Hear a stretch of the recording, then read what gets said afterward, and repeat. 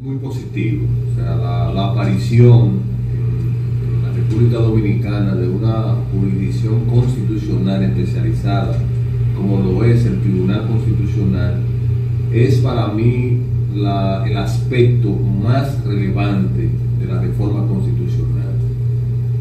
Es necesario un tribunal constitucional y la necesidad y la viabilidad de estos órganos nos lo indican lo que es la experiencia ya de la mayoría de los países del mundo. O sea, comenzar a preocuparnos nosotros porque lleguen muchos casos al Tribunal Constitucional me parece que es un error. Yo pienso que es importante que vayan muchos casos al tribunal, porque si no van muchos casos al tribunal, eso significa que no ha tenido ningún impacto en la sociedad. A mí, por ejemplo, me preocupa la situación inversa. Yo estoy muy preocupado con el amparo en la República Dominicana, porque como usted sabrá, nosotros ratificamos la Convención Interamericana en el año 1977. Eso quiere decir que a partir de esa fecha el amparo como institución forma parte del derecho interno. Obviamente no fue sino hasta el año 1999 cuando realmente se le dio operatividad al amparo. El amparo podía plantearse ante cualquier tribunal desde el año 1977, pero nunca se hizo porque no existía un procedimiento. Pues bien, el procedimiento fue diseñado en el año 1999 de manera muy certera por la Suprema Corte de Justicia. Es un aporte invaluable que hizo la Suprema Corte de Justicia en ese orden. Resulta entonces que luego, en el año 2006, se creó la ley 437. Ya a partir de ahí no teníamos una simple resolución, sino ya una ley que regulaba el procedimiento. Y ya finalmente, con la ley 137-011 orgánica sobre el Tribunal Constitucional y los procedimientos constitucionales, pues ya hay una ley todavía mucho más amplia. ¿A dónde voy? Fíjense que con un procedimiento ya definido, el amparo, desde el año 1999, hasta la fecha tendríamos 14 años. Pues yo debo decirle que en esos 14 años, en todo el país, no se han conocido 4.000 amparos. Países tan pequeños como Costa Rica, con apenas 4 millones, conocen más de 20.000 amparos al año. Y nosotros en 14 años no hemos conocido 4. Entonces eso a mí me preocupa. Me preocupa ¿por qué? Porque eso indica de que realmente la figura del amparo no ha calado en la población. Porque obviamente no vamos a poner en duda de que violaciones hay aquí en todos los países del mundo. Entonces hay muchas violaciones, pero sin embargo el ciudadano todavía no se da cuenta de la importancia que tiene el amparo y no está haciendo uso del amparo. Entonces yo también no me sentiría bien si al Tribunal Constitucional no llegan muchos casos, porque si no llegan muchos casos, eso significa que el órgano no ha llegado a la población. Yo pienso que como están diseñados los procedimientos en la ley 137-11, yo creo que es posible que el Tribunal Constitucional pueda resolver los casos a tiempo.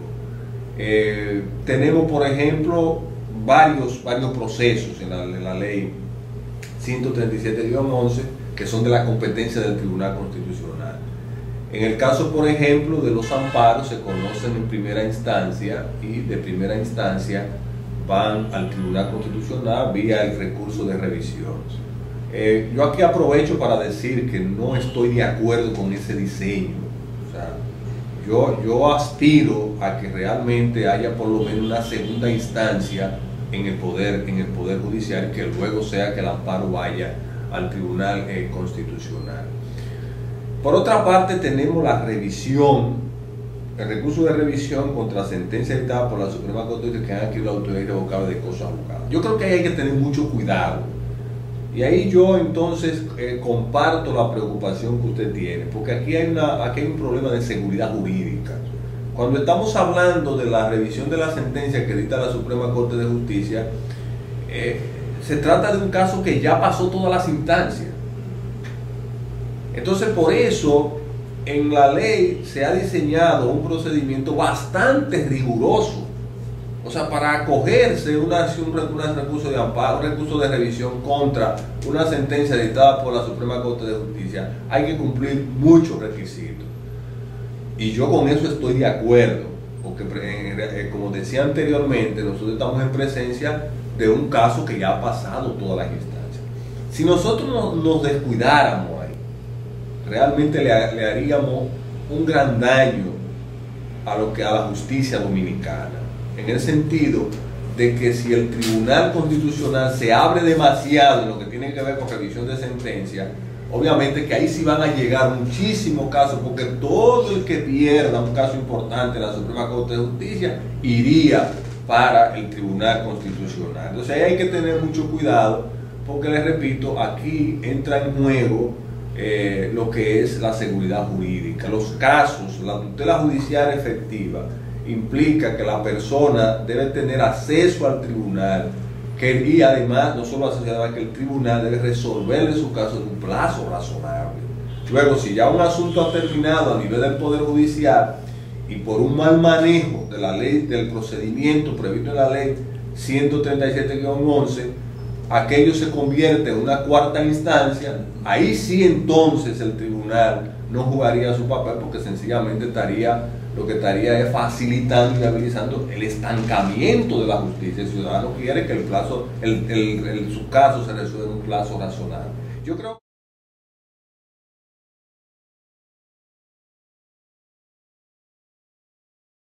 que si la Constitución nuestra, como real y efectivamente lo hace, consagra un listado de derechos fundamentales que le asisten a las personas, si esos derechos fundamentales no son acompañados de mecanismos que permitan llevarlo a los tribunales y que el ciudadano pueda reclamar, yo pienso entonces que serían derechos que no tienen ningún valor. ¿Por qué? Porque la violación siempre va a existir. O sea, siempre habrá la posibilidad en cualquier sociedad de que quien detenta el poder pueda desconocer los derechos y cometer arbitrariedad. Y cuando hablo de poderes, no hablo necesariamente o únicamente del poder público, porque también hay otros poderes, a veces tan o más poderosos que los poderes públicos, por ejemplo el caso de los grupos económicos, etc. Entonces, yo sí creo que debe existir los mecanismos como real y efectivamente existen, porque tenemos el amparo, tenemos el habeas data, tenemos el habeas corpus. Entonces, esos mecanismos son los que garantizan los derechos. Se necesita una ley habilitante, se necesita una ley de desarrollo para eso. Efectivamente la tenemos, la ley de desarrollo, que es la ley 137. No es necesario. Bastaría con que estén en la Constitución y ya pueden ser exigibles ante los tribunales. Lo que ocurre es que las leyes de desarrollo son importantes, son necesarias, no son un requisito para poder reclamar, pero sí son necesarias para que esa reclamación pueda hacerse con mayor facilidad. Si hay un procedimiento diseñado, entonces es mucho más fácil para los tribunales poder amparar los derechos, pero no es que sea necesaria la ley habilitante para la protección de los derechos fundamentales, basta que estén consagrados en la Constitución. Es una teoría que desarrollan los alemanes y precisamente es una técnica de interpretación constitucional que existe para resolver los llamados casos complejos. Son aquellos casos donde el juez se ve en la disyuntiva de amparar un derecho, pero al mismo tiempo que ampara ese derecho, se ve obligado a desconocer otro derecho. Entonces de eso se trata, de cuando hay un conflicto entre derechos, el juez tiene que tomar una decisión, porque resulta que los derechos no son absolutos, los derechos no son absolutos, entonces en su ejercicio puede haber choque con otros derechos. Entonces la técnica de la interpretación constitucional, como es la de la comparación, de la proporcionalidad, perdón, permite entonces que el juez pueda tomar una decisión que sea acorde con lo que sería la protección de los derechos fundamentales, en el sentido de que esta técnica le permite a él tomar una opción por aquel de los derechos que considere que debe tener una preferencia en la protección. Es una técnica que viene del derecho anglosajón. La Corte Suprema de los Estados Unidos, que es un tribunal constitucional, no conoce todos los casos que le llegan. La Suprema Corte de Justicia ha desarrollado una técnica mediante la cual ella determina cuáles casos de los que le llegan va a conocer. Entonces, esto es lo que se llama el certiorario americano. Entonces, ¿cuáles criterios utiliza la Corte Suprema de los Estados Unidos para determinar qué caso conoce y qué caso no conoce? Bueno, depende del tema que le plantee. Si se trata de un tema sensible para la sociedad, un tema que pueda tener, diríamos que pueda conmocionar a la sociedad norteamericana por la importancia, como han sido casos que tienen que ver con la igualdad, la no discriminación, casos que tienen que ver también con el aborto, etcétera. Entonces la Corte Suprema te dice, bueno, este caso lo voy a conocer porque este es un caso que tiene mucha relevancia, tiene mucha importancia, plantea cuestiones constitucionales importantes, que es bueno entonces que la Corte Suprema dé a conocer lo que sería su posición jurídica al respecto.